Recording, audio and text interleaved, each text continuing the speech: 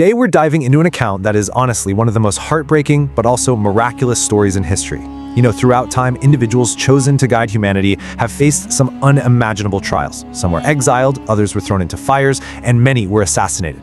But the story we're looking at today features a level of persecution that is just truly unparalleled. It's the story of two prophets, a father and a son, whose unwavering commitment to the truth led to their ultimate tragic sacrifices. Just think about this for a second. How does a deeply revered prophet end up facing an execution so horrific that it's hard to even fathom? Being literally sawn in half while hiding inside a tree? This sheer, unprecedented cruelty immediately begs the question of how things could have possibly reached such a gruesome point. Well, to figure that out, we need to trace the sequence of events back to their origin and understand the lives of the incredible men involved. So let's start with chapter 1, the miracle of Miriam and the dignity of labor. To really understand this climax, we've got to flashback thousands of years to the ancient city of Jerusalem, historically known as Beitul Muqaddas. This place was a major central hub for prophets, and this is where Prophet Zakariya lived. Now, what's super fascinating about Zakariya is that despite his elevated spiritual status, he was actually a carpenter by trade. He earned his livelihood working with wood, beautifully teaching us the inherent dignity of manual labor. It really shows that no matter how elevated your status might be, there is profound honor in working with your own hands. Alongside his carpentry, Zakariya was also the chief priest of the Heikel, which was the grand place of worship in Jerusalem.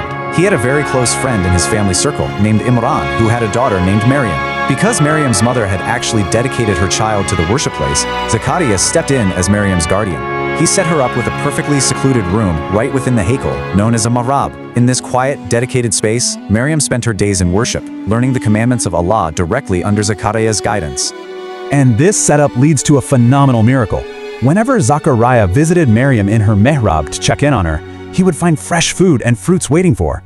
But here's the catch, these were entirely out of season. We're talking fresh winter fruits sitting there during the extreme heat of summer, and summer fruits waiting for her in the dead of freezing winter. When a completely bewildered Zakariya asked where they came from, Miriam just simply replied that they were from Allah, who provides limitless sustenance to whomever He wills. Which brings us to chapter 2, a father's prayer answered. Seeing this miracle really sparked a profound realization in Zakariya. He figured if the divine power can provide fruit completely outside of its natural season, literally defying the laws of nature, well, maybe he could grant Zakariya something he desperately needed, even if it seemed completely physically impossible. Because look at his situation. Zakariya was over 77 years old. His bones were frail, his hair was totally white, and his wife was barren. By any worldly metric, having a child was just an absolute impossibility. But he was terrified that there would be no righteous heir to continue teaching the faith to the Israelites after he passed away. So driven by that fear, he quietly and desperately prayed to his Lord. He asked for a pure heir, mentioning that he had never been disappointed in his prayers before. And the answer to that desperate prayer, it came incredibly fast. While Zakariya was just standing there in prayer, an angel brought him the glad tidings that his request had been answered. He was going to have a son named Yahya, a name that had literally never been given to anyone before. When an astounded Zakariya asked for a sign to reassure his heart, he was given the number 3. For exactly 3 days and 3 nights, he would be in perfectly good health, yet entirely unable to speak a single word. During this period of divine silence, the command was crystal clear. He was to communicate with his people using only physical signs and gestures. And he used those signs to instruct them to keep remembering and praising Allah, morning and evening. It's just a really beautiful demonstration of maintaining absolute devotion and leadership, even when you're completely stripped of the power of speech. Soon after this period, the promise was fulfilled. Let's move into chapter 3, Yahya, the ascetic prophet. From the very beginning, Yahya was a child completely unlike any other. He wasn't just miraculously born to an elderly couple, he was granted immense wisdom, a really deep understanding of the divine book, an incredible sense of compassion right from early childhood. There's this one profound quote that perfectly captures his unique nature. Once, when some other kids approached young Yahya and invited him to come play with them, this was his response. "Brothers, we are not created just to play." It shows just an incredible maturity and a deeply ingrained sense of purpose that he carried from the time he was just a little boy. He was unfailingly kind, deeply obedient to his parents, and never, ever harsh. Now think about what are universally known as the 3 most difficult and vulnerable days in any human being's existence. The day you're thrust into the world, the day you leave it, and the day you are resurrected. Because of Yahya's profound purity and devotion, Allah explicitly granted him a guarantee of total peace and safety on all 3 of these monumental days. As Yahya grew into adulthood, he too was chosen as a prophet. He actually gathered this massive crowd of the Israelites at Masjid al-Aqsa in Jerusalem to deliver 5 foundational commandments. He told them that to achieve ultimate success, they must worship Allah alone, establish regular prayer, observe fasting, give charity, and constantly keep the remembrance of Allah on their tongues.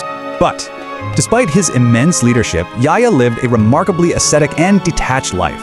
He spent a lot of his time totally alone in the wilderness, literally surviving just on tree leaves and drinking from natural springs. He even became known for something called the Grave of Tears.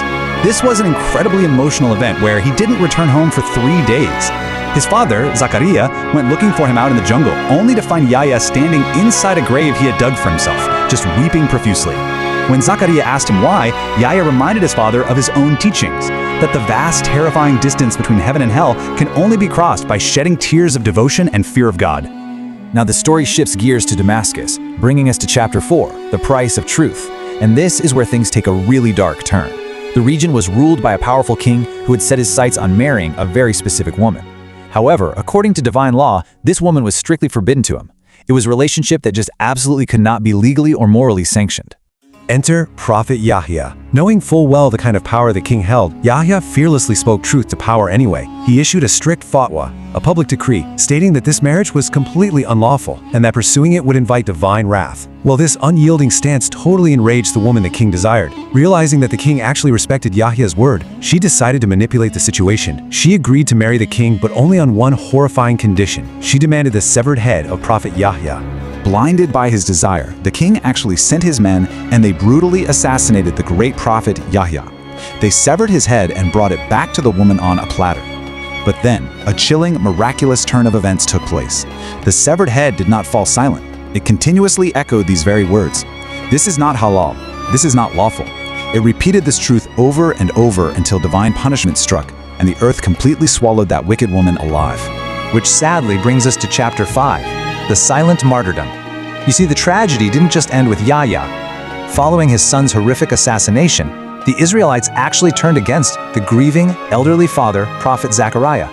They directed all their hostility toward him, forcing this incredibly old, righteous man to flee for his absolute life.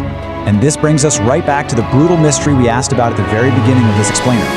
As the enemies pursued him in a total fury, Zakariya sought refuge near a tree. By a complete miracle, the trunk of the tree split open, allowing him to hide inside. But in his desperate haste, a tiny piece of his cloak remained exposed outside the bark.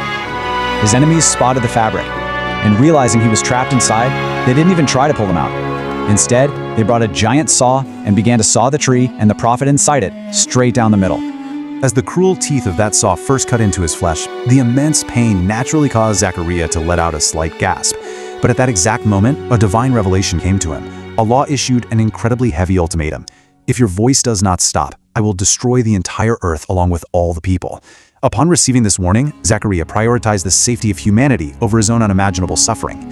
He embraced complete, agonizing silence, uttering not a single other sound as he was mercilessly sawn in two. Today, Prophet Zakariya's resting place remains in a grand mosque in Aleppo, Syria. And as we look back at both his father and son, we see two men who face the absolute extremes of human cruelty, right? Yet neither of them compromised the truth, and neither broke their devotion. It leaves us with a pretty profound question to ponder in our own lives. When faced with our own trials, how far are we truly willing to go to hold on to our faith and stand by what is right?